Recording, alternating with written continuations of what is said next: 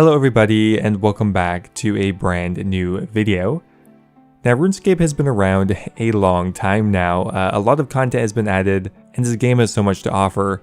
Unfortunately though, some content just kind of falls between the cracks and becomes extremely underutilized.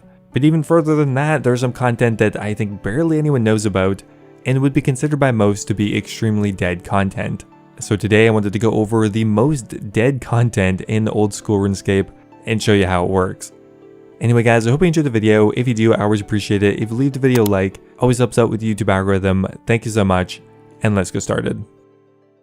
Now the first piece of content I wanted to talk about is in the ogre city of Gu-tanoth. Now overall this whole city is kind of underutilized. Granted, there are a few useful things here, but near the bottom of the ogre city there is a really interesting chest that has some interactions that are not found in many other locations. Now first up here, as far as I'm aware, this chest has no thieving requirement to open, however it does provide loot. From this chest you can either get bones, an emerald, or a rotten apple. However, the weird thing about it is it also has a chance to spawn NPCs. You can also get a chaos dwarf out of the chest, a rat, a scorpion, or a spider. Alright, so first try the chest and we get a chaos dwarf, okay. What was that doing in there? Now the chest does take 300 seconds to respawn, so we're gonna hop worlds. Okay, next up here we are gonna get a rotten apple. Next up here we're gonna get some bones, alright. Next open up here and hey, we got an emerald. Apparently that's actually pretty rare, that's 1 in 100. Okay, next try here and we got a spider that just spawned out. Where is it? Oh. Okay, we'll go kill it. That's so weird. There's not that many other interactions like this in the game. For some reason, monsters hiding in chests. Kind of weird. So anyway, you get the idea. I'm not sure why this chest is here and what its purpose might have been, but I think it's been here for the better part of 15 years. So the purpose may long be lost. Now next up here, I want to talk about the Paramaya Inn. Now this is a relic kind of left over from RuneScape Classic, from a period in time where you actually had to rest. It is located in Shiloh Village and is probably one of the most underutilized pieces of content in the game. It is kind of a stretch to call it content because it doesn't really have a use, but you do actually need to pay to get in there, so it's not just a random location. It does have some mechanics to it, and I do think it's pretty interesting. Now the entrance to the Paramaya Inn is a little bit north of the Slayermaster Duradel. You simply just have to go up this ladder. Now once you're here, to actually enter the inn, you do need a Paramaya ticket, otherwise they won't let you in. Now there's only 2 ways to get Paramaya tickets. That is by buying them from Caleb Paramaya, or you can get them as a really rare drop in the Vialdi Caves in Legends Quest. We're going to take the easy way out here, we're going to buy them from this guy here. Once you have the Paramaya ticket, you're allowed to go up the stairs into the Paramaya Inn. It's a very simple location, it has a couple of beds, but that is it. It looks like it would have been a nice place to rest off after a long day of traveling, if you actually had to rest. Now our next piece of dead content brings us to Keldegrim, a unfortunately really underutilized city. Beyond being featured in the Red Axe storyline, there are very few reasons to legitimately come here. Now during the quest line, there is a interesting minigame you participate in to complete the quest and gain favor with one of the 8 companies there. However, interestingly, once you have completed the quest, you can continue on completing the minigame. Now that involves fetching different types of ores and bars for the consortium, and instead of building favor with the company, you will actually get paid. Not much, but something. Now to start the minigame, you need to talk to the director that you completed the quest with. If you talk to one of the other ones, they will just be mean to you. So for my purpose, we did the blue opal. First up, ask if you have any more tasks, which they should. We need 4 bronze bars in the next 18 minutes. Okay, I'll take it. Okay, so we'll come back with bronze bars. Okay, so we went ahead and got the bronze bars. We'll talk to him here.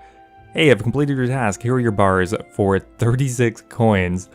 Hey, that didn't even pay for the bars. What the hell? Okay, well maybe this next one will be worth it. 3 steel bars in 60 minutes. Okay, I really hope I get paid more than that. Alright, what do you got for me this time? Hopefully a little more than 36 coins. 345? Okay. It's a little bit better. I still am pretty sure I lost money on this though. So yeah, as you can see, not really worth doing, but a really interesting old piece of content that I think most people have forgotten about. Now you can't talk about dead content without mentioning the Ranging Guild, which I think in my opinion is the least used guild and has very little redeeming qualities here to incentivize anyone to ever come here. Most people only ever come here once to get their ranging cape, and that is it. Despite that, it's not for a lack of trying, there are things to do here, they are just nearly pointless. There are multiple different shops, some of them selling basic arrows, javelins, thrown axes. There's even a tannery here, which I didn't know about. There is even 2 minigames here, including the Tower Archer minigame and the shooting range. The problem is the only unique item here that you can get is the barbed bolt tips, and these are pretty much useless. Alright, let's try the arrow shooting minigame. The only thing here that kind of has a purpose. Only 200 coins, okay great, let's give it a go. Does it actually matter where you click? No. Hey, bullseye, nice. Now you get a very token amount of ranged experience. I mean, I guess this could be a training method, but you don't get access to this until level 40 anyway. I couldn't imagine any circumstance where this would be useful at all. Granted, it is kind of interesting. So we shot our 10 shots and we got 40 archery tickets. Now let's go see how much stuff is in the archery store. Okay, so let's have a look at the adamant javelins here. 2,000? Oh my god, it's like the arcades all over again. You guys ever have like Funtasia or Chuck E. Cheese? You finish an entire day of fun and all you can afford is some stupid pencils or something. Yeah, the shop is way overpriced. There are closed doors that you can't open, chests that have nothing in them for some reason. So unfortunately a really dead piece of content, and I do hope Jagex does update displays because it is kind of cool.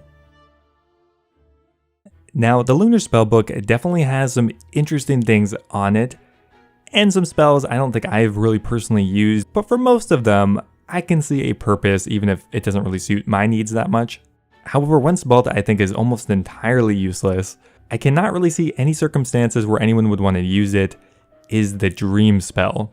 To use the Dream spell you need level 79 magic, and on top of that you even have to have completed the Dream Mentor quest. They thought it was that good, they had to lock it behind a secondary quest.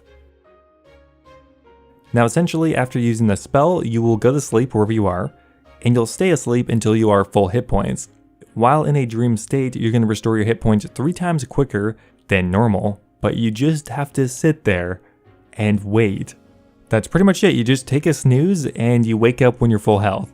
It's hard to imagine this being useful anywhere. Maybe if you were playing RuneScape at work for some reason, and you had to go and like talk to a customer for a little while and you wanted to come back and have your character be full health, maybe, but it is kind of hard to imagine. Okay, and the final destination that we're going to is Burthorpe. Burthorpe has a lot of interesting content, but unfortunately most of it is severely underused. Now the Warriors Guild does have one really heavily used piece of content, and that is of course the Defenders. Now the grand majority of players will get their tokens to fight the ogres by killing the animated armor sets. However, there are actually a couple other ways to do it that nearly nobody participates in. There is a minigame where you throw shot puts. Damn.